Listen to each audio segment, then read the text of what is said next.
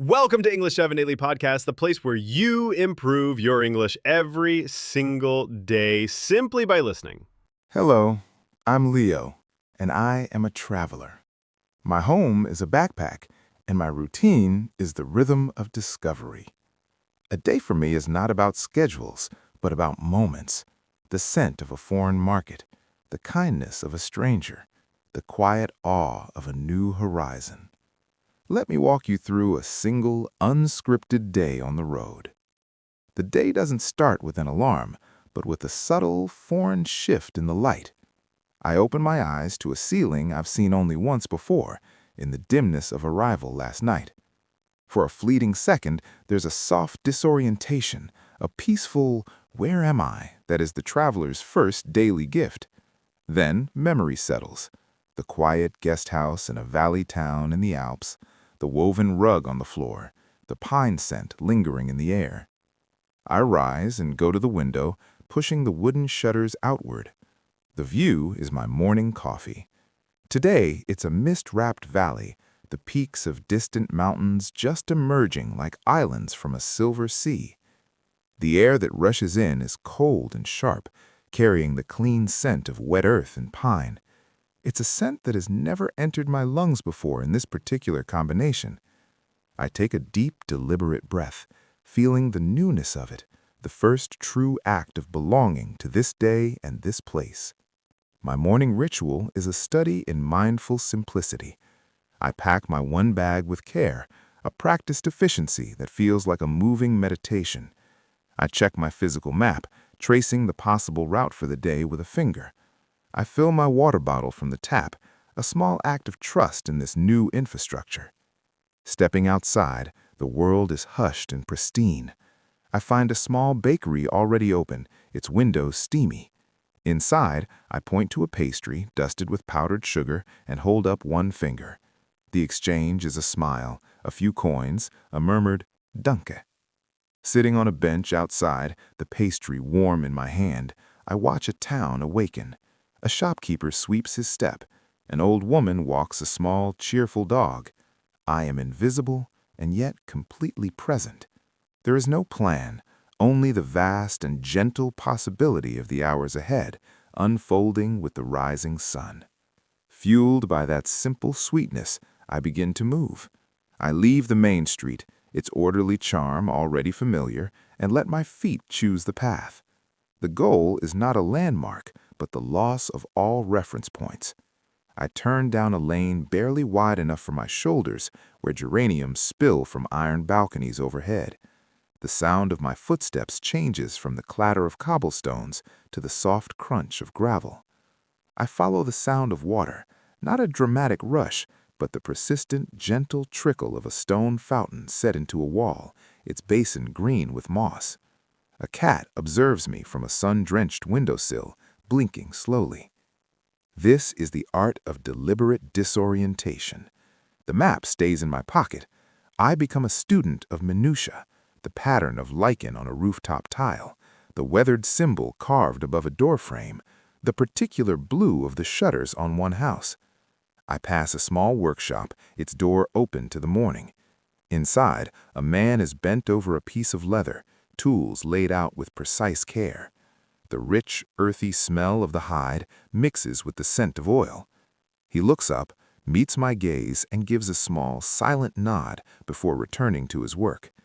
I feel like an archaeologist of the present, uncovering the living layers of a place not built for tourism, but for life. At a dead end, I find a set of worn stone stairs climbing the hillside. I take them. They lead to a forgotten path along an old town wall, offering a sudden, breathtaking view of red-tiled roofs cascading down into the valley below. I hadn't aimed for a viewpoint, but by surrendering to curiosity, I've been given one. I sit on the sun-warmed stone, utterly alone with the panorama. Getting lost isn't a mistake out here. It's the method. It's the only way to find the things that aren't for finding, only for happening upon. Descending from the wall, I find myself back on the edge of the small town square, drawn by the lively hum of a weekly farmer's market. I'm content to be a spectator, weaving between stalls of gleaming vegetables and rounds of pale cheese. At a stall selling jars of honey, I pause, admiring the different shades, from clear, light gold to deep, almost black amber. The elderly beekeeper, her face a kind map of wrinkles, notices my interest. She picks up a jar of the lightest honey and with careful hands opens it. Dipping a small wooden stick inside, she holds it out to me. Lindenblüte, she says, her voice soft. Linden tree. I taste it. The flavor is delicate, floral, a whisper of the blooming trees that must blanket the hillsides in spring. My face must light up because hers does in return. You like? She asks in hesitant English. I love it, I say, and I mean the honey and the moment equally. I buy a small jar. As she wraps it in paper, she points to a label with a hand-drawn sketch of an alpine meadow. From there, she says, pointing vaguely toward the mountains, my son's hives. It's more than a transaction. It's a story passed from her hands to mine. For a few minutes, I am not just a passing stranger. I am a guest being shown a point of pride, a fragment of her world offered without expectation. I thank her, the jar suddenly weighty with meaning in my pack. Walking away, the market's noise fades behind me, but the taste of linden flowers and the warmth of that shared, silent understanding remain. The place is no longer just a scenic town. It has a taste, a scent, and a face. The path I chose after the market led out of town, following a promising trail marked on my map as a scenic route to the next village. The challenge, when it comes, is never the one you anticipate. For an hour, the walk is perfect. Forest shade, bird song, the crunch of pine needles underfoot. Then the sky, which had been a clear, forget-me-not blue, darkens with a speed that feels personal. A low rumble echoes through the valley, and the first fat, warm drops begin to fall, quickly thickening into a steady, drenching curtain. There's no shelter, no handy cafe. For a second, frustration bubbles. The map is smudging in my hands. My pack is only water-resistant, not waterproof. But out here, frustration is a luxury with no value. I take a breath and switch into problem-solving mode. I scramble off the path a few meters, finding a slight overhang where a large, tilted rock meets the hillside. It's not a cave, but it breaks the worst of the downpour. I shrug off my pack, pull out the lightweight rain cover I always carry but rarely need, and secure it over the bag. I then take my own rain jacket from the top compartment. Now, rather than a victim of the weather, I am an observer of it. From my dry-ish niche, I watch the forest transform. The rain drums a fierce rhythm on the leaves, and the air fills with the petrichor scent of awakened earth. A snail inches across the rock beside me. I eat an apple from my pack, its crunch absurdly loud in the aqueous symphony. After 20 minutes, as suddenly as it began, the rain lessens to a drizzle, then stops. The sun breaks through, turning the wet world into a kingdom of diamonds, every leaf and spiderweb glittering. The path ahead is muddier, the air cooler and fresher. The obstacle didn't ruin the hike, it became its most vivid chapter. I step back onto the trail, my shoes sinking slightly into the softened earth, feeling a quiet pride in my own adaptability and a deeper connection to the landscape that just tested me, then revealed a more brilliant version of itself. Soaked not by rain but by the dazzling post-storm light, I eventually find my way to the next village as the day begins to soften into evening. My sanctuary presents itself not as a grand vista, but as a simple wooden bench beside a small, clear lake on the village outskirts. The water is perfectly still, mirroring the fiery streaks of clouds above the opposite mountain ridge. I sit, my pack resting against the bench, and let out a long, slow breath.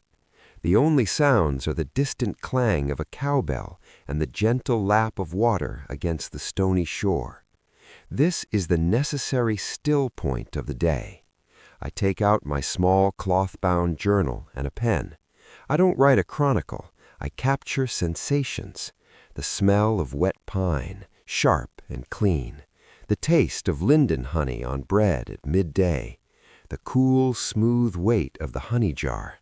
The drum of rain on leaves, a sound like applause. The kindness in the beekeeper's eyes. Sometimes I simply sketch the line of the mountains against the sky, or the interesting curl of a weathered branch on the ground. This act is more than memory-keeping. It's a process of distillation. It helps settle the day's cascade of newness, turning overwhelming experience into cherished, tangible fragments. As the colors deepen to violet and indigo, a family of ducks glides silently across the darkening mirror of the lake. I put the journal away. For a long while, I do nothing at all. I simply exist on this bench, in this village, under this sky, a temporary citizen of this particular evening. The cool air is a balm. The profound gratitude I feel is not for any single event, but for the totality, for the challenge of the storm as much as for the taste of the honey, for the solitude of this bench as much as for the morning's connection. The world offers, and for today I was present enough to receive it. The walk back to my guest house in the gathering dusk is a quiet procession. Lanterns begin to glow in windows, casting warm geometric shapes onto the darkening cobblestones. The evening air carries the savory scent of dinners being prepared behind closed doors, a hint of onion, of roasting herbs. I nod to an old man smoking a pipe on his doorstep. He raises it slightly in a silent, commonpainial salute. Back in my room, the familiar ritual of unpacking feels like a grounding prayer. I lay out my few damp clothes to air, refill my water bottle from the sink, and place the jar of linden honey on the small table, where it catches the lamplight like amber treasure. The simplicity is profound. Everything I need is here, in this bag and in this room. The muted sounds of the settling village are my evening music. The fatigue I feel is a full and honest one, a pleasant ache in my legs from miles walked, a gentle tiredness behind my eyes from a day spent seeing so much. As I lie in the dark, the day replays not as a movie, but as a series of sensory echoes. The chill of the morning air, the sweetness on my tongue, the drumming of rain, the silence of the lake. There is no grand lesson, only the deep humming satisfaction of a day lived in attentive conversation with the world. I set no alarm. Tomorrow may bring a bus ride deeper into the mountains, or perhaps I'll stay, lured by another unseen path from the old wall. The map remains open, a promise, not a prescription. Drifting into sleep, the unfamiliar night sounds, an owl, the creak of an old timber, are not disturbances, but a lullaby from a world that for now I am privileged to call my temporary home. The road is patient. It will wait for me to find it again at dawn.